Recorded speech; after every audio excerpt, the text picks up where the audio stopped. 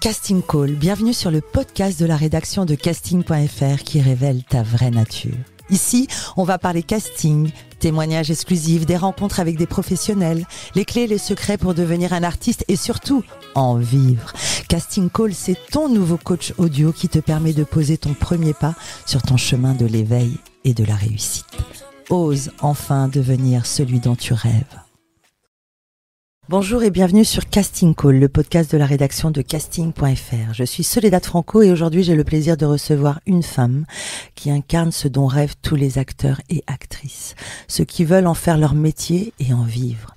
Un agent, enfin plutôt une agente, c'est important pour elle. Enfin, une agente passionnée par son métier, fondatrice de l'agence Colette. Elle représente des comédiens et comédiennes, adultes, ados et enfants, mais aussi des réalisateurs, des metteurs en scène, des scénaristes et des auteurs.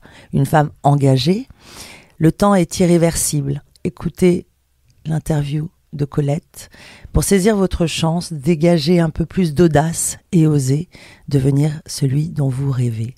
Son récit est très inspirant, je l'ai rencontré dans un moment spécial de la vie d'une actrice. J'ai le plaisir de recevoir aujourd'hui Colette Tostivin. Bonjour Colette. Bonjour Soledad. La devise de ce podcast est « Ose devenir celui dont tu rêves ». Qu'en est-il pour toi ce juin 2023 ? Écoute, moi je pense que j'ai la même devise. Je dis souvent deviens qui tu es. Donc c'est assez proche. Qu'est-ce que tu pourrais dire de ce parcours et de ce que tu es devenue, toi ? Que j'ai suivi mon instinct, mes besoins, et que j'ai répondu à un besoin aussi, à une vocation. Je pourrais parler de l'ikigai. Je ne sais pas si vous connaissez l'ikigai, qui est un concept japonais. C'est quand notre profession rejoint notre mission et la vocation. Et donc, du coup, j'essaye de trouver justement ce centre qu'est l'ikigai, où ce que j'aime faire, ce pourquoi je suis payée et les besoins du monde sont à un endroit très précis, comme une cible quand on tire à l'arc. Donc, c'est un endroit qui est une cible. Et ma cible, justement, c'est de faire mon métier, mais aussi de répondre aux besoins du monde. Tu as toujours eu une âme de leader. Tu aimais être déléguée de classe. Raconte-nous un peu ton enfance. Est-ce que tu viens d'une famille artistique ? Quel genre d'enfance as-tu eu ? Non, je ne viens pas d'une famille artistique. Je viens d'une famille ouvrière. Tu as grandi dans quel coin ? Dans le 77. Et je suis la 4e et dernière de la fratrie. Donc, ouvrière, ça veut dire que tes parents faisaient quoi ? Mon père était mécanicien et ma mère était coiffeuse. Donc voilà, moi je suis la 4e, on est 4 enfants, et un garçon et 3 filles. Et les 3 plus grands ont entre 10 et 7 ans de plus que moi, donc je suis vraiment la petite dernière. Et malgré que j'étais petite et la dernière, j'ai eu un caractère dès petite, on peut dire fort. Donc voilà, je prenais ma place. Tu rêvais de quoi ? Je rêvais d'être avocate. Avocate ? Ah oui, d'accord. Donc tu avais déjà ce côté défendre les autres, défendre leurs intérêts. Alors c'était ton rêve. Mais alors comment tu as découvert ce métier avocate ? Avec la télé. Donc l'importance de la télé, des images, du cinéma et aujourd'hui des plateformes. Donc ce qui t'animait déjà à l'époque, c'était défendre et soutenir. Exactement. Tu étais déjà un peu une agente ? En tout cas, t'en rêvais. Exactement, mais pour moi, une agente, c'est une avocate d'artiste. Donc voilà, j'ai l'impression que j'ai peut-être pas fait du droit et que je suis pas avocate en cours d'assises ou en cours pénal, mais par contre, je suis l'avocate de mes artistes. Après, tu as fait des études de commerce, c'est ça ? Exactement. Alors, avec quelle intention ? Parce que là, commerce, avocate... Disons que enfant, voilà, je rêve d'être avocate, puis ensuite on grandit et puis on voit les choix qui se font aussi par la facilité dans les études. Et j'étais très bonne en mathématiques et dans toutes les matières scientifiques. Et j'étais dans un lycée où les femmes les femmes faisaient médecine et les hommes faisaient ingénieur. Et moi, je voulais faire aucun des deux. Et donc, du coup, j'ai commencé un petit peu en faisant des études en télécom et en informatique. Donc je me suis dit, si je dois choisir entre les deux, je serais plus ingénieur, car j'aime pas le sang. Enfin, je peux tomber dans les pommes la seconde d'après. On a ça en commun. Et puis après, je me suis rendu compte rapidement que je serais pas ingénieur. Et donc du coup, l'école de commerce, c'est un peu là où on va quand on sait pas où aller, mais qu'on veut quand même faire des études. J'étais bonne en classe, j'avais jamais redoublé. J'étais une bonne élève, déléguée de classe, celle qui lève la main quand le prof a à peine fini de poser la question. Donc, tu as eu un itinéraire professionnel dans la com, le marketing, l'événementiel. Tu as bossé chez Logicom, Virgin Mobile, Bouygues. On imagine un boulot plutôt classique de 10h à 19h au bureau. Comment tu appréhendais ce quotidien chez toi ? Je disais que ce que je pense, c'est que je me posais pas de questions. Et je dirais que j'ai commencé à construire ma vie sans me poser de questions. Et donc, du coup, à juste suivre un chemin qui est un peu tout tracé quand on sort de l'école. Dans nos vies pro et dans nos vies personnelles. Donc j'étais en effet dans un couple classique avec un homme que j'aimais pas vraiment et un travail que j'aimais pas vraiment, enfin que j'aimais sans aimer quoi en tout cas. Les injonctions de la vie, ces routes toutes tracées, il faut se marier, il faut avoir un bon job, etc. Voilà, j'étais totalement dans ça. Nous sommes beaucoup à être dans ça souvent. Et qu'est-ce qui s'est passé ? Eh ben, je dirais que c'est l'anniversaire des 30 ans ou quelque chose comme ça. D'accord. C'est qu'à un moment, je commençais à vieillir, les années passaient et je me suis dit c'est marrant, je suis pas très heureuse dans mon couple, je suis pas très heureuse à mon travail. Et donc du coup, j'ai commencé à réfléchir et à me dire comment on fait pour être heureuse, ou est-ce que là j'ai juste 30 ans et je serai comme ça jusqu'à mes 80 ans. Et en vrai, je me suis dit non, c'est pas possible. Donc j'ai d'abord quitté mon compagnon, puis ensuite j'ai quitté mon travail et j'ai un peu réinventé ma vie. Je dirais que j'ai déconstruit ma vie pour la reconstruire avec qui j'étais et ce que je voulais vraiment. Tu as trouvé du sens et tu as trouvé le véritable moi, c'est ça ? Exactement. C'est-à-dire l'acceptation de qui tu étais. Alors qui est Colette ? Qui je suis ? Je suis une femme, comme tu disais, engagée. Je suis passionnée par ce que je fais. J'aime la vie. J'aime les gens, j'aime les relier entre eux. C'est-à-dire que je pense que j'aime encore plus les relier qu'autre chose. C'est-à-dire que j'adore présenter un ami à une amie, un comédien à un réalisateur, de voir des gens qui se rencontrent. J'aime être témoin de cette scène-là. Et des fois, je n'ai même pas besoin d'y participer. C'est-à-dire que j'ai juste de le voir, d'être témoin de ça, je sens que ça me remplit de joie. Et j'ai vraiment le talent du machine maker. Donc, en effet, j'ai monté une agence artistique. Mais il y a beaucoup de mes amis qui m'avaient demandé si j'allais monter une agence matrimoniale. Parce qu'on cherche un travail dans la vie, mais souvent on cherche aussi l'amour. Donc, je sais que c'est deux endroits où en tout cas les gens m'imaginaient. Et comment ce métier est venu à moi ? Comment je suis venue au métier, c'est plutôt que le métier est venu à moi. C'est-à-dire que depuis de nombreuses années, bien avant l'agence Colette, on me disait souvent que j'étais une agente.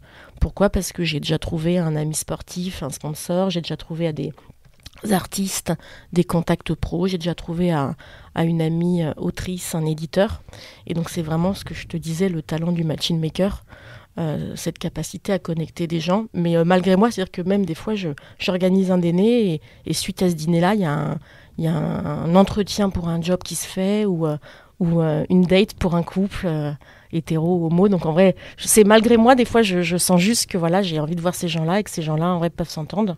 Et on ne sait jamais ce qu'il advient, des fois des associations. Voilà. C'est l'amour de l'autre et la satisfaction de voir des vies accomplies, c'est ça qui te nourrit, c'est ce que j'entends.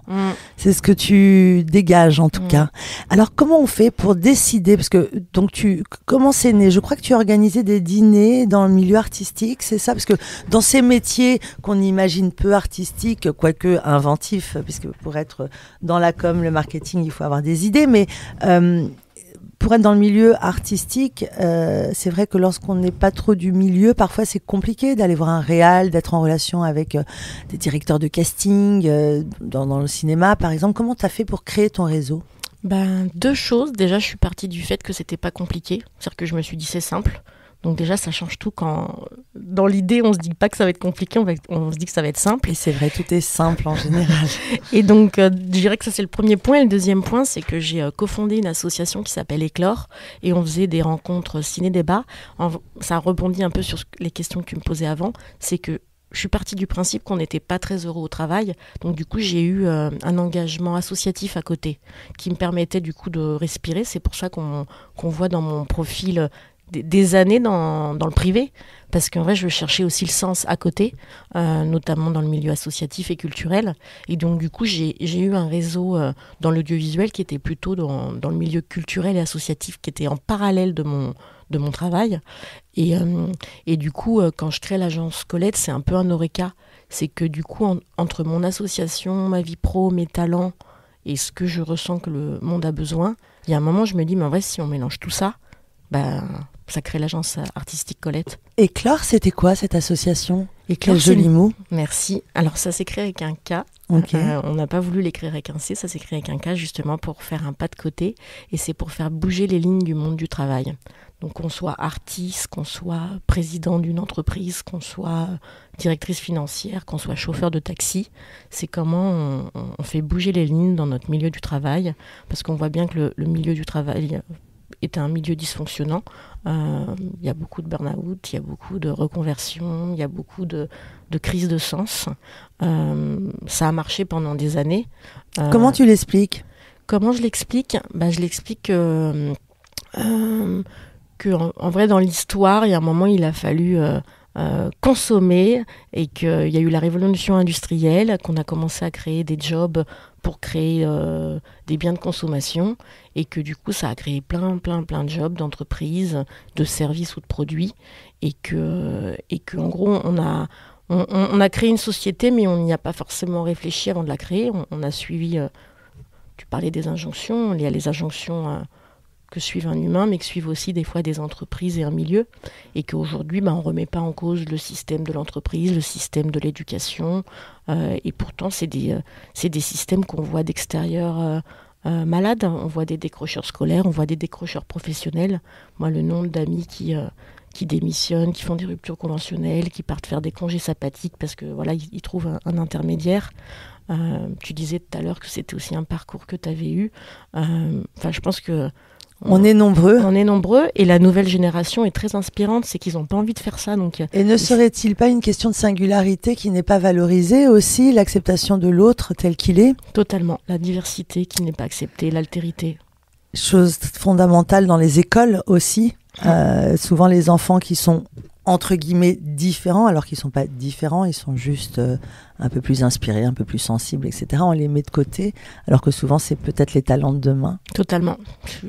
Tu vois, tu as compris, Éclore, tu viens de gagner une adhésion. Justement, parlons de Colette. Pourquoi ce nom, ton agence Colette? Donc l'agence Colette, pourquoi elle s'appelle Colette? Alors ce n'est pas parce que je m'appelle Colette, mais c'est vrai que je m'appelle Colette, c'est pourquoi je m'appelle Colette. Donc on peut remonter à l'origine, pour cette autrice qui était une femme engagée, pionnière, qui a été connue notamment pour les livres qu'elle a écrits, dont elle a repris les droits, parce que c'est des livres qu'elle écrivait, mais c'est son mari qui les signait. Il l'enfermait au grenier pour qu'elle écrive le prochain tome. Je vous invite à regarder le film qui s'appelle Colette, justement, qui raconte son histoire. Donc comment elle a repris en main sa vie, comment elle a fait du théâtre, comment c'était une femme à une époque où on avait les cheveux longs qui s'est coupé les cheveux au carré, et ça a fait grand bruit dans la jet-set parisienne de l'époque, et elle portait des pantalons. Suite à son divorce, elle trouve l'amour avec une femme, et à l'époque, pareil, être passé d'hétérosexuel à homosexuel, c'était non accepté, comme ça parfois l'est aujourd'hui aussi. On pense à Georges Sand, exactement. On pense à Camille Claudel, on pense à Frida Kahlo et tant de femmes. D'ailleurs, toi, tu ne veux pas qu'on dise de toi agent, mais agente. Exactement, parce que des fois, j'ai certains de mes acteurs ou actrices qui me disent agent. Et du coup, je leur dis, maintenant, si tu m'appelles agent, je vais t'appeler acteur quand c'est une femme, et je vais t'appeler actrice quand t'es un homme. En gros, le verbe est créateur, et c'est important d'appeler un chat et une chatte une chatte. Et il ne faut pas, justement, vouloir tout masculiniser. Je suis une agente. J'encadre des acteurs et des actrices, des réalisateurs et des réalisatrices, des auteurs et des autrices. Le mot autrice, il date du XVIe siècle et on l'a oublié. Et aujourd'hui, on a du mal à le récupérer alors que le mot actrice ne choque pas. Donc pourquoi le mot autrice choquerait et pourquoi le mot agente ne serait pas utilisé? Tu es engagée et tu dis, enfin on dit de toi, elle inspire du réel pour inspirer le réel. Alors on le dit pas de moi, c'est vraiment la devise de l'agence, c'est pour s'inspirer du réel. C'est ta signature en fait. Ouais, exactement, c'est le slogan de l'agence. S'inspirer du réel, donc s'inspirer des histoires vraies. Pourquoi parfois aller chercher des histoires complètement imaginées? C'est-à-dire que la vie réelle est tellement riche, donc s'inspirer du réel pour inspirer le réel, et tout ça au milieu en passant par la case fiction. Donc j'ai une agence artistique où principalement les projets d'audiovisuel sont des projets de fiction, et aussi c'est aussi bien quand on raconte une histoire vraie de passer par la case fiction justement pour faire rêver les gens, pour l'auteur ou l'autrice s'éloigner de son histoire qui des fois peut être des histoires difficiles, et donc du coup c'est comment voilà on part du réel parce que la réalité est riche, on va la faire la faire grandir, faire rêver les gens, parce que les gens regardent la télé et vont au cinéma pour ça aussi. Et comment après on les fait réatterrir pour inspirer le réel. Qu'est-ce que j'entends par inspirer le réel? C'est impacter la société. Comment on inspire les gens. Je pense que c'est aussi ce que tu fais avec ton podcast. Tu as créé ton agence avant le Covid. Exactement. Comment tu as vécu ce moment? Le Covid, ça t'a permis de travailler, de t'inspirer, de développer, ou ça a été un moment difficile pour toi? Eh ben non, je dirais que c'était une étape qu'on n'attendait pas, qui a été étonnante, mais j'en ai profité pour, je dirais, fédérer les gens qui étaient dans l'agence. Vu qu'ils avaient plus de temps, j'ai mis en place des visios régulières avec l'équipe. Je leur ai demandé de faire des vidéos. Et après, j'en ai profité pour développer les contacts à l'étranger. Vu qu'on était tous enfermés chez soi et que du coup, il y avait de l'espace pour ça, j'ai contacté tous ceux qui faisaient des tapes, des vidéos depuis longtemps, donc notamment les pays anglophones, UK, US, en leur disant, voilà, j'ai plusieurs profils polyglottes, j'ai pas mal dans l'agence d'internationaux à Paris ou de Français à l'étranger ou d'étrangers.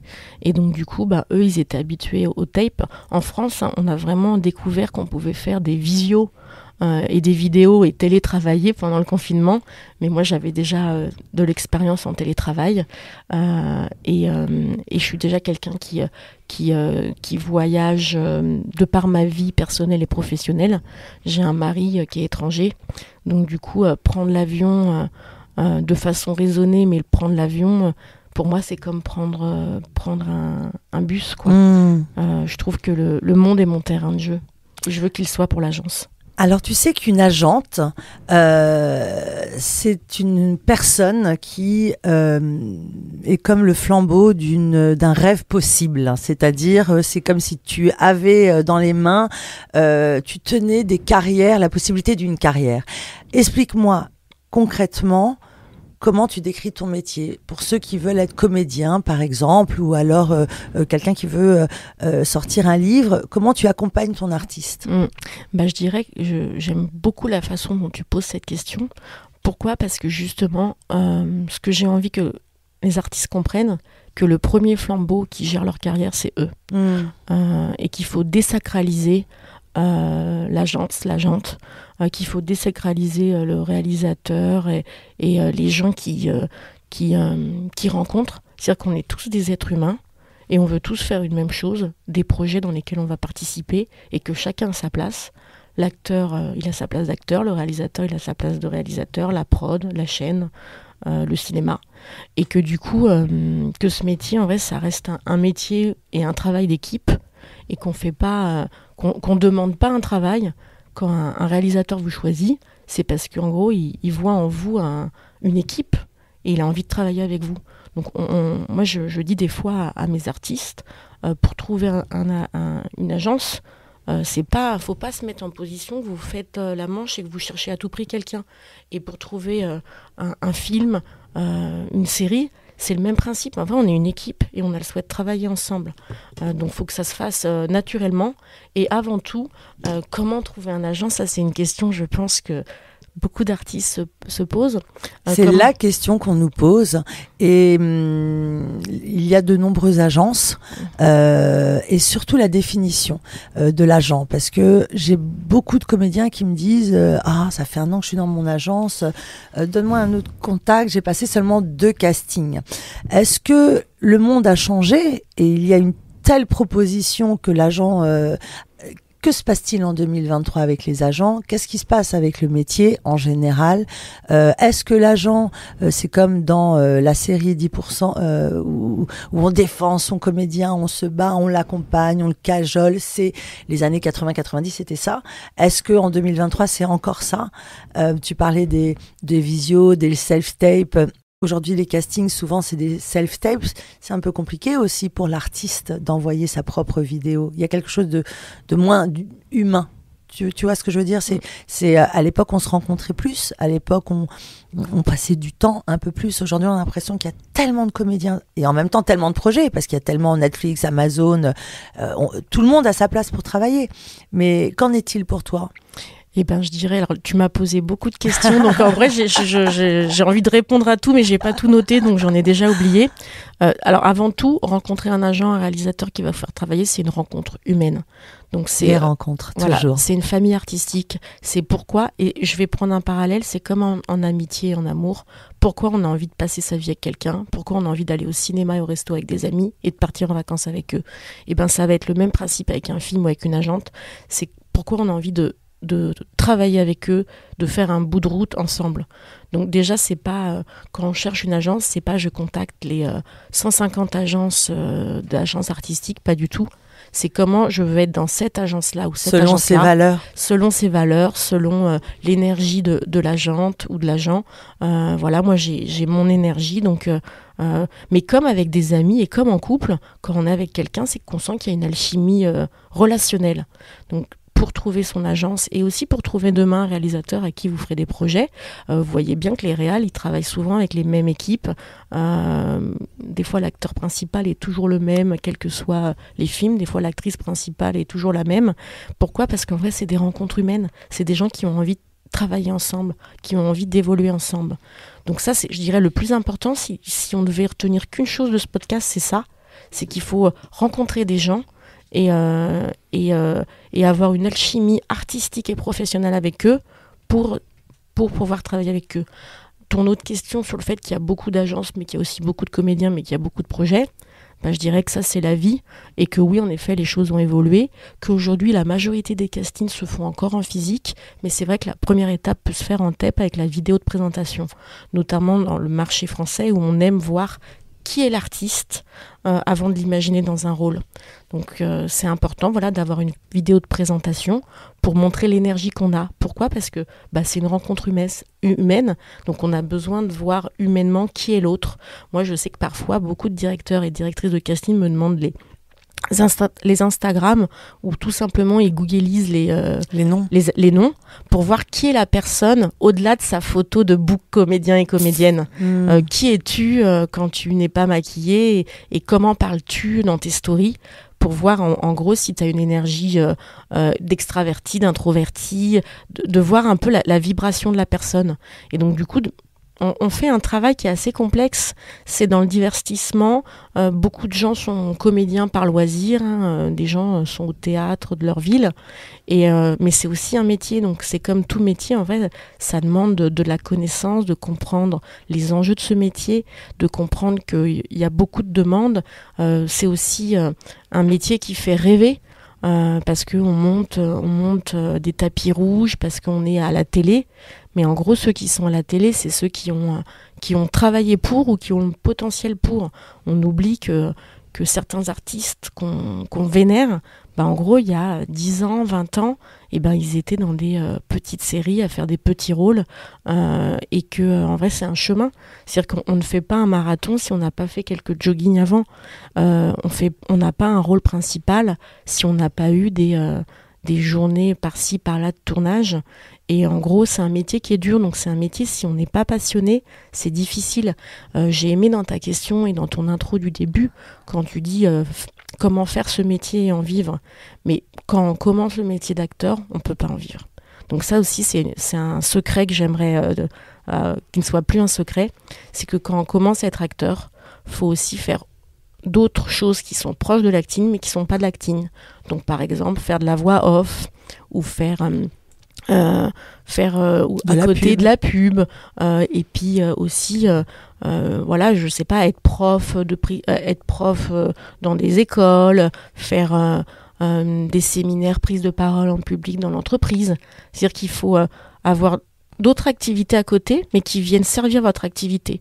Moi, j'ai plusieurs de mes acteurs qui, à côté, ont une activité qui les rémunère et qui, du coup, permet de ne pas être dans ce côté je veux à tout prix un rôle et je serai prête à tout parce que sinon, financièrement, je m'en sors pas. Et sinon, aussi, mentalement, c'est très dur. Moi, j'ai des comédiens, ils partent 12 jours dans un tournage et quand ils reviennent du tournage, donc un tournage, si certains connaissent, vous êtes une équipe de 80 personnes, parfois même plus. Une grande famille. Une grande famille. C'est un petit côté colo, mais en vrai, la journée, ça travaille dur. Mais le soir, vous êtes dans un bel hôtel, une belle villa. On vous amène à manger matin, midi et soir. On vous maquille, on vous habille, on vous coiffe. Du coup, quand vous retournez dans votre studio à Paris avec le frigo vide et quelqu'un vous bouscule dans le métro, il y a un décalage avec les 12 jours de tournage avant. Et du coup, pour ça, il faut avoir eu la conscience et de comprendre la réalité du métier. Et il faut avoir justement à côté peut-être une formation de prise de parole en public, en entreprise, qui vous donne une respiration, qui vous montre aussi un autre milieu et qui fait partie de votre travail. Et à un moment, avec le travail, avec le réseau, en allant à des festivals, à des projections, en rencontrant des êtres humains et en rencontrant vraiment l'être humain au-delà de l'intérêt qui me fasse tourner. C'est-à-dire que quand on rencontre un réalisateur, on ne sait pas s'il nous fera tourner, mais peut-être qu'il ne nous fera pas tourner et peut-être qu'il nous fera tourner dans 10 ans. Donc, et c'est pareil, quand on rencontre quelqu'un à un dîner, on ne sait pas s'il sera un ami, une amie, notre futur époux ou notre meilleur pote et confident. Et ben, c'est un peu pareil quand on est dans ce milieu-là, c'est qu'on ne sait pas ce que va advenir la relation. Par contre, il faut la nourrir, et ça, c'est de l'intelligence relationnelle. C'est se dire, cette personne-là, je l'ai aimée, quel que soit le métier qu'elle fasse, et voilà. Et moi, c'est des fois ce que je dis vraiment aussi à mes artistes, c'est fonctionner comme ça avec l'agence. C'est-à-dire que le but, c'est qu'on aille à des projections ensemble, qu'on aille à des festivals ensemble, que moi, je vous connaisse pour vous vendre, pour vous défendre, ce que tu disais tout à l'heure quand on voit dans 10%. Tu interviens un peu dans un accompagnement, on dirait une coach quand tu parles, tu les accompagnes vraiment, tu arrives à tous les encadrer comme ça? Alors je dirais que tout le monde n'en a pas besoin. Il y en a qui ont déjà compris comment ça marchait. La collaboration est fluide avec moi et avec les autres. Donc ils ont déjà leur propre réseau et ils ont des castings. Et du coup, ça me permet de répondre à une question que je trouvais très importante auquel j'avais pas répondu. Quand tu me parles d'un acteur qui vient te voir et qui te dit je suis malheureux dans mon agence, j'ai eu que 2 castings. Mais déjà avoir que 2 castings, c'est bien. Donc du coup, il y a une fausse idée sur le nombre de castings que doit vous apporter une agence. En vrai, il n'y a pas de statistiques. Moi, j'ai des comédiens, ils ont 0 casting par an. J'en ai d'autres, ils en ont 3. Ils réussissent les 3, donc ils ont 100% de taux de réussite. Et j'en ai d'autres, ils en ont 17 et ils en réussissent qu'un. Donc en gros, ça, c'est des effets de mode. Des fois, en gros, vous êtes physiquement quelque chose qui est demandé en ce moment. Là, par exemple, alors, savoir qu'il y a 4 mois qui sont très importants. Alors, toute l'année est importante, mais avril, mai, juin, juillet, c'est des mois qui sont importants en casting. Il fait beau, les gens sont heureux, il y a plein de castings et il y a plein de tournages. Donc ça, il faut le savoir. Mais là, en ce moment, il y a beaucoup de castings pour les enfants. Pourquoi ? Parce qu'on est à l'approche des vacances scolaires et que la loi en France pousse pour que les tournages aient lieu pendant les vacances scolaires et que les plus grandes vacances scolaires qu'on a, c'est au juillet-août. Mais ça se passe aussi pour toutes les autres vacances quand il y a 2 semaines. Donc là, il y a beaucoup de castings enfants. Et donc, du coup, il y a des périodes qui sont plus fortes que d'autres. Les 4 mois dont je viens de vous citer, c'est comme les 3 mois de détection dans le football. C'est là quand tout se joue. Donc là, quand on sait qu'avril, c'est le début, c'est le top départ d'une période qui est importante, en mars, il faut avoir contacté son agent, lui avoir envoyé des nouvelles photos qui vous ressemblent physiquement et énergétiquement, avoir mis à jour sa bande démo, avoir envoyé un mailing à notre réseau pour leur rappeler que on était disponible et que on serait heureux d'entendre les projets ou de les rencontrer pour les projets. Et tu parles beaucoup de potentiel, d'énergie. Tu disais tout à l'heure le potentiel d'un acteur pour qu'il réussisse. C'est quoi le potentiel, le meilleur potentiel? Je dirais que c'est pas qu'une chose, c'est vraiment déjà un état d'esprit, du professionnalisme. Je dirais qu'il y a 3 piliers, qui est le travail. Et dedans, je regroupe aussi bien le professionnalisme que le jeu, la qualité du jeu et sa justesse. Le réseau, donc aller à des projections, rencontrer des personnes, ce que je te disais, la rencontre. Et aussi la rencontre virtuelle, les réseaux sociaux. Montrer qui on est et raconter un peu qui on est. Et d'après ce que tu disais, il faut vraiment faire attention à son image, parce que si on glisse ton nez et on te voit le doigt dans le nez, enfin, ça peut être bien aussi pour un rôle, mais ce que je veux dire par là, c'est qu'il faut faire vraiment très attention. C'est le 3e pilier. À son image. Aujourd'hui, toi, en tant qu'agente, si j'imagine que tu reçois beaucoup de candidatures, si moi demain je suis comédienne et je veux te contacter, comment ça se passe? Quelles sont les étapes? Je dirais que la première étape, en effet, c'est le contact, donc par email. Après, la seconde étape, c'est de voir avant le contact, c'est de voir si mon agence, si l'agence Colette, parce qu'on est plusieurs derrière, donc il y a une équipe, correspond à vos attentes. Regarder les 10 agences qu'on préfère dans les 150 qui existent et se dire, voilà, ça c'est 10 où j'aimerais être, et faire un peu un top 3. Ma numéro 1, c'est celle-ci pour telle raison, ma numéro 2, c'est celle-ci, ma numéro 3. Du coup, contacter ces 10-là et voir s'il y a des rencontres qui sont possibles. Moi, par exemple, là, aujourd'hui, je suis à ton podcast, mais le 6 juillet, je suis à une masterclass. Donc, en vrai, si vous êtes un artiste qui veut rencontrer une agence, il faut vraiment la rencontrer. En vrai, on ne recrute pas par email ou via une vidéo qu'on a vue sur Instagram. C'est un métier de rencontre, donc il faut plus que ça. Et on va bosser ensemble, on va aller à des festivals ensemble. Donc on rencontre pas l'homme ou la femme de sa vie sur Tinder. On rencontre pas l'agent de sa vie sur Instagram. On peut sentir que la personne nous intéresse, comme un match Tinder, et je prends volontairement une métaphore que tout le monde va comprendre, enfin j'espère, parce qu'elle est simple et qu'elle est en même temps marrante. C'est à peu près pareil. On va se rendre compte que cette agence nous plaît pour telle et telle raison, et puis du coup on va se dire j'ai envie de la rencontrer, donc je vais d'abord la contacter, lui envoyer mon matériel. Nous, on a même fait des posts conseils à l'agence Colette pour donner ces tips-là à nos talents, déjà, premièrement, et aussi aux talents qui ne sont pas chez nous, parce que moi, je veux vraiment désacraliser les secrets du métier. J'ai l'impression qu'il y a des choses qu'on ne dit pas, que plein d'artistes gardent pour soi, mais non, mais en vrai, faut Et tu crois pas qu'il y a un phénomène, parce que quand je t'entends parler, tu parles d'énergie, tu parles de réalité par rapport à ton slogan, et tu parles aussi d'acceptation de soi. Acceptation de soi, j'imagine aussi que tu es en train de parler d'homosexualité, de transgenre et tout ce phénomène qu'on vit actuellement, qui est très puissant et présent chez les artistes. On a reçu il y a pas longtemps Alexis Loison qui nous expliquait sa vue, sa nouvelle, son travail de Grease is the World avec des artistes différents. Il propose un Grease 2023. Y a-t-il de la place pour tous? Moi, mon sujet, c'est le mieux vieillir. Par exemple, les femmes de 50 ans et leur place au cinéma aussi, leur place dans notre société. J'ai l'impression qu'il y a un mouvement. Quel est ton rôle dans ce mouvement et quelle est ta position? Alors, moi, ce que je pense, c'est que le cinéma et l'audiovisuel se doit d'être le reflet de la société et d'inspirer. Et qu'aujourd'hui, il ne l'est pas.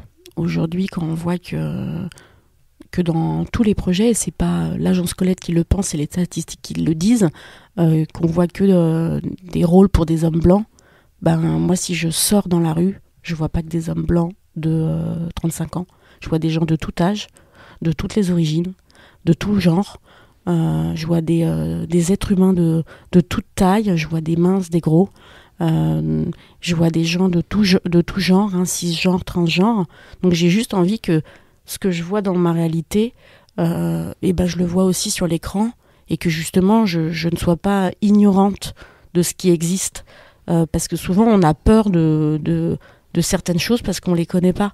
Et donc du coup, moi ce que j'ai envie justement, c'est presque que l'audiovisuel ait un rôle éducatif et d'inspiration. Et du coup, ma posture, elle est celle-ci. C'est-à-dire que moi, déjà, si je regarde juste, alors là, je te parlais que si je sors dans la rue, mais si je regarde juste ma vie, mon mari a une couleur de peau différente de la mienne, il a un genre différent de la mienne, il a, je dirais, un mode de fonctionnement complètement différent du mien. Et en fait, ce que j'ai aimé chez lui, c'est l'altérité et la complémentarité qu'on a. Mais on est très différents, mais c'est pour ça qu'on s'aime, parce qu'on s'enrichit l'un et l'autre. Quand on t'entend parler, il y a une vague d'amour réel. Moi, j'aime bien dire j'aime les gens gentils. Pour moi, c'est pas du tout péjoratif. J'aime l'amour et tout ce que ça peut dégager en amitié, etc.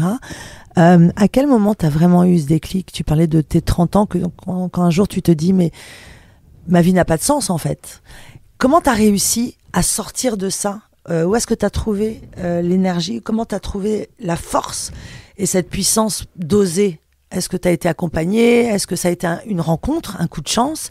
Est-ce que c'est cet homme qui t'a fait découvrir autre chose? Comment ça s'est passé? Pour tous les gens qui nous écoutent et qui ont besoin de ce coup de pouce. Je dirais que le premier déclic, c'est que je sentais qu'au fin fond de mon âme, j'étais malheureuse. Je sentais que j'avais de la tristesse intérieure. Et je me suis dit, j'ai que 30 ans, si je commence avec cette boule au ventre à 30 ans, ça va être long la vie. Et en vrai, c'est une envie de vivre, un élan de vie. Je me suis dit déjà, cette boule-là, on va aller la percer, la creuser, la nettoyer, je ne sais pas. Enfin, j'avais pas le bon mot. Et du coup, je me suis dit, je peux pas faire ça seule, sinon je l'aurais fait depuis 30 ans. Et je dirais que c'est des rencontres. C'est des rencontres avec des thérapeutes de toutes sortes, de médecine dure, de médecine douce, alternative, des amis, Enfin, je dirais que c'est plein de rencontres. En vrai, c'est l'autre qui m'a fait prendre conscience de qui j'étais. C'est des outils. Tu parles de thérapie alternative. Moi, je sens quand on parle qu'il y a une vraie... tu parles d'énergie, tu parles d'amour et une ouverture. On parle de avant le Covid, quand tu as créé ton agence. Il y a un avant et après Covid. On disait que le Covid allait nous rendre meilleurs. Je trouve... Je ne sais pas ce que tu en penses, que le monde est devenu de plus en plus dur finalement, de plus en plus individualiste et peut-être même on assiste à des actes d'incivilité assez régulièrement. Et en même temps, en parallèle, il y a une élévation. On ose parler de chamanisme. Qu'en est-il pour toi de ce genre d'ouverture? Est-ce que quand tu parles de thérapeute alternatif, est-ce que tu as fait appel à ce genre de choses ou personne? Non, moi en vrai j'aime essayer, donc je suis une personne qui est curieuse. Donc je dirais que j'ai aussi bien été voir des psychiatres, psychanalystes, que des thérapeutes, énergéticiennes, kinésiologues, chamanes. En gros, pour moi, ce qui est important, c'est le discernement. Donc, on peut trouver un bon restaurant, un bon dentiste et un bon chaman. Trouver chaussure à son pied. Exactement. Et tu as été donc accompagnée, c'est ça qui t'a révélé? Je dirais que c'est ça. Alors, c'est pas en un clic, hein, et je dirais que c'est le chemin d'une vie. Encore aujourd'hui, je suis accompagnée de différentes personnes parce qu'en gros, pour moi, on conduit pas seul sa voiture. On est certes au volant de sa Ferrari personnelle, mais que derrière nous, il y a des gens. Tu es une femme ambitieuse, tu parles de Ferrari. C'est ça qui est intéressant, c'est qu'il y a une vraie douceur, mais une grande ambition en toi, et que tu oses, tout en étant féminine, une agente qui ose sans problème parler d'ambition, et ambition pour tes artistes. C'est ce que j'entends totalement aussi dans la bienveillance. Rêver grand, viser haut, quoi. Moi, je sais que ma vision est précise pour l'agence et que voilà, quoi. Vous êtes combien dans ton agence? Parle-moi de ton équipe. Alors, dans mon équipe, on est 3 femmes. Donc, c'est une équipe féminine. J'ai envie de donner la place aux femmes aussi. C'est important pour moi.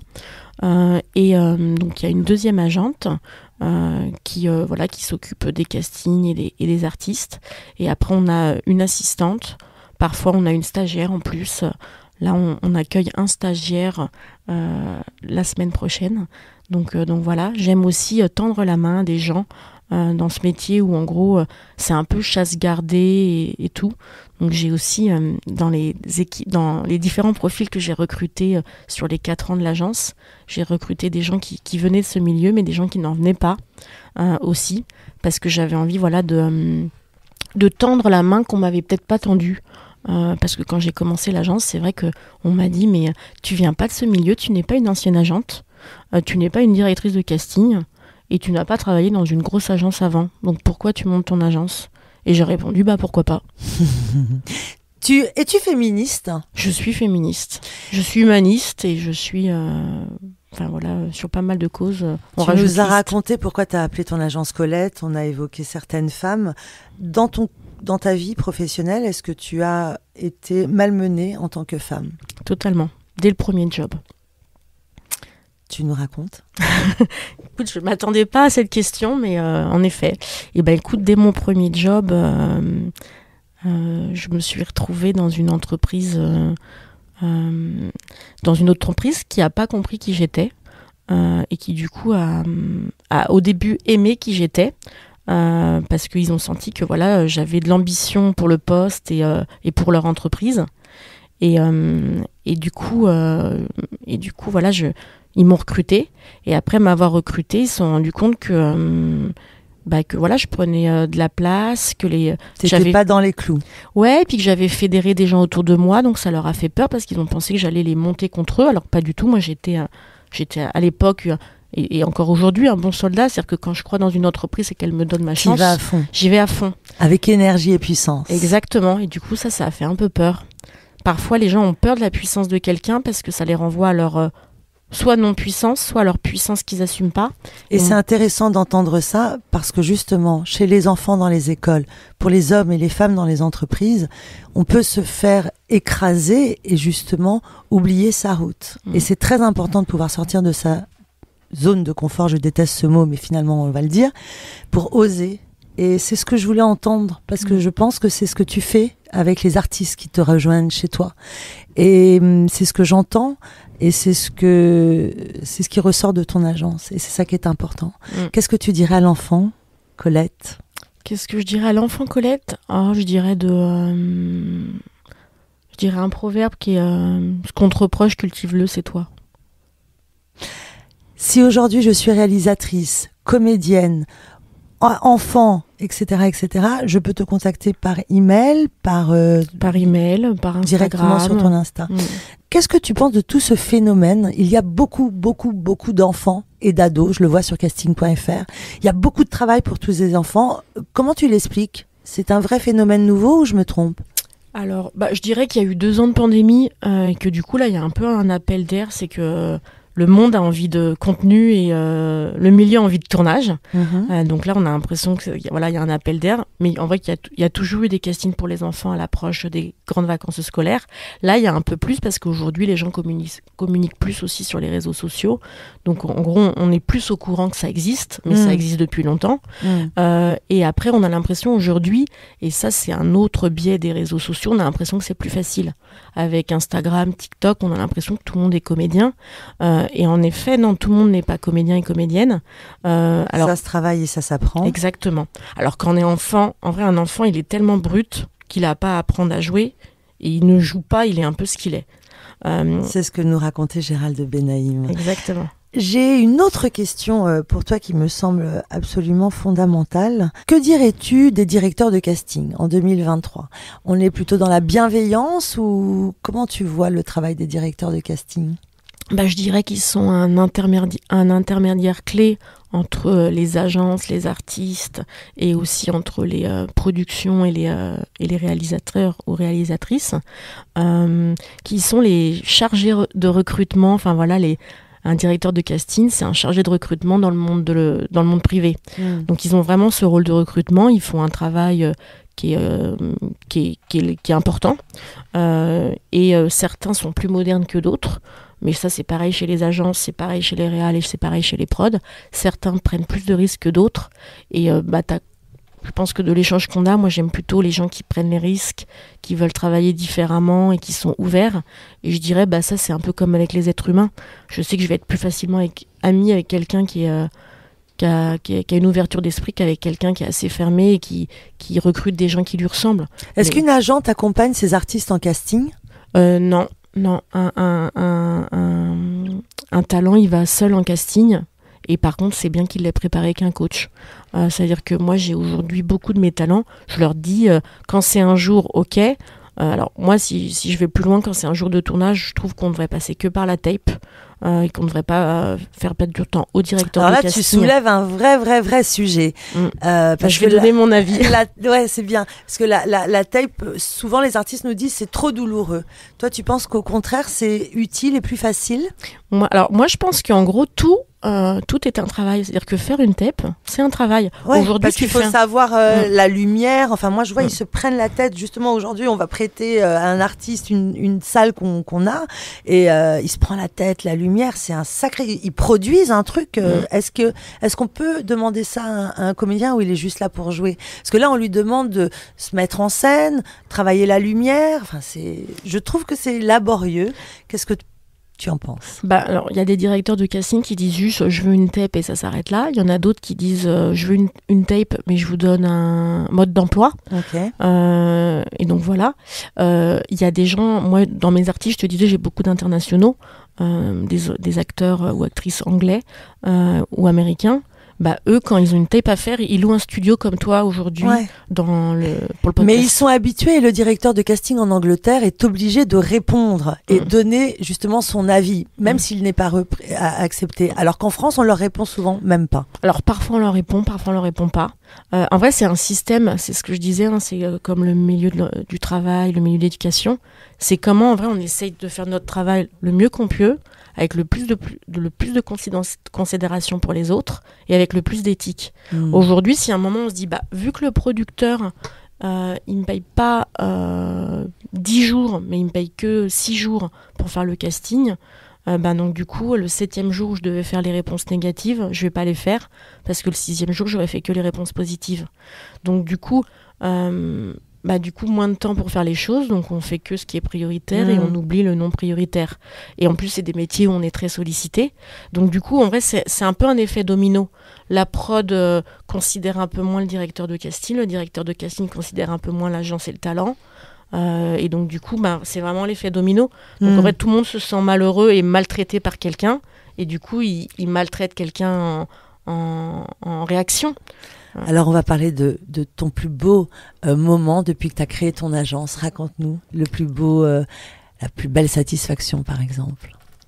Je dirais que j'en ai plusieurs. C'est dur d'en choisir une, mais je dirais que c'est un peu le moment final. C'est le moment où je vois mon acteur ou mon actrice à l'écran, ou quand je vois un réalisateur me montrer son court ou son moyen ou son long métrage.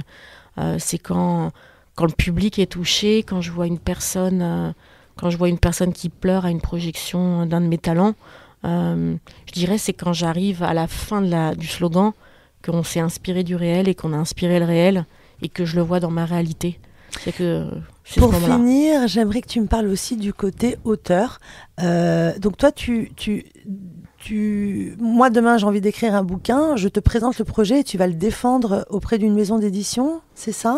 Alors c'est pas totalement ça, mais ta question elle est intéressante pour un auteur ou pour tous les métiers. C'est que il y a vraiment une pensée que l'agent et l'agente sont des gens qui vont défendre le projet. Non, alors qui certes vont le défendre, mais qui vont être la solution magique, le magicien qui va trouver l'éditeur, qui va trouver le producteur. Parfois oui, mais parfois non. En vrai, c'est ce que je te disais. Tu vas désacraliser. Écoutez bien, parce que justement, c'est ce qu'on dit. C'est l'agent. Vous représentez. Je te disais tout à l'heure, le tout est possible en fait. La réalisation d'un rêve. Vraiment, c'est-à-dire que demain, t'écris un livre. Bien sûr, tu me l'envoies. Moi, je vais peut-être connaître 3 éditeurs qui pourraient être intéressés, donc je vais leur envoyer ton mail et leur dire voilà, c'est une de mes artistes, il faut vraiment que tu lises son livre et si ça t'intéresse, rencontre-la pour l'éditer. Mais il va falloir que tu fasses la même chose. Et ça, des fois, alors ça c'est pour un livre, mais c'est pareil pour un scénario, c'est pareil pour un projet, et c'est pareil pour si t'es acteur. C'est que ta bande démo, la première personne et le premier flambeau, là, ta question du début où on représente un flambeau, un Eldorado, une magie. En vrai, l'agent ou l'agente n'est pas un magicien ou une magicienne. On est quelqu'un qui agrandit votre réseau et qui croit en vous. C'est déjà beaucoup. On fait un travail où c'est quand c'est signé avec un éditeur ou avec un producteur où on est payé 10%, d'où le nom de la série. Mais sinon, on n'est pas payé. Et ça, faut avoir conscience. On n'est pas intermittent ou intermittent du spectacle. Moi, j'ai une entreprise, c'est une SARL. La moitié de ce que je gagne, je le donne à l'État. Enfin, vous voyez, en vrai, j'ai une entreprise, je suis chef d'entreprise, je suis gérante d'une SARL. Et donc, du coup, c'est important. Et ça, je le dis déjà pour que les gens comprennent la réalité de notre collaboration. Mais je le dis aussi parce que des fois, j'ai une question que j'ai encore, mais qui me fait toujours ouvrir les yeux et être dans la compréhension. C'est quand un comédien me dit « j'ai eu un casting via un directeur de casting que je connais ». C'est mon casting, donc du coup, est-ce que l'agence va le négocier ? Mais alors déjà, on n'est pas que des fournisseurs de casting, et on est dans une collaboration. Est-ce que si on est en couple et que quelqu'un nous offre un canapé et qu'on le met dans l'appartement commun, on se pose cette question-là ? En vrai, c'est une collaboration, donc ce qui arrive de moi est pour nous deux, ce qui arrive de toi est pour nous deux. Et c'est pareil avec un éditeur, c'est pareil avec un projet. Enfin voilà. Et surtout que nous ne sommes pas que des fournisseurs de casting, nous sommes des négociateurs de contrats et des coachs de carrière. Donc c'est là où il y a vraiment des fois une incompréhension de qui est l'agent. On n'est pas non plus un prestataire de service. Coach de carrière et négociateur de contrats. Et tout ça est un équilibre. Tu parlais aussi de ton métier où on vous met sur un piédestal en disant « Waouh, elle a sa cape, elle va y arriver, la superwoman ». Alors que j'ai un ami producteur qui racontait qu'il avait fait un burn-out après le Covid parce que vous avez une sacrée charge. Merci de nous avoir éclairés. Colette, à très bientôt et merci pour ce précieux moment. Merci Soledad. À bientôt.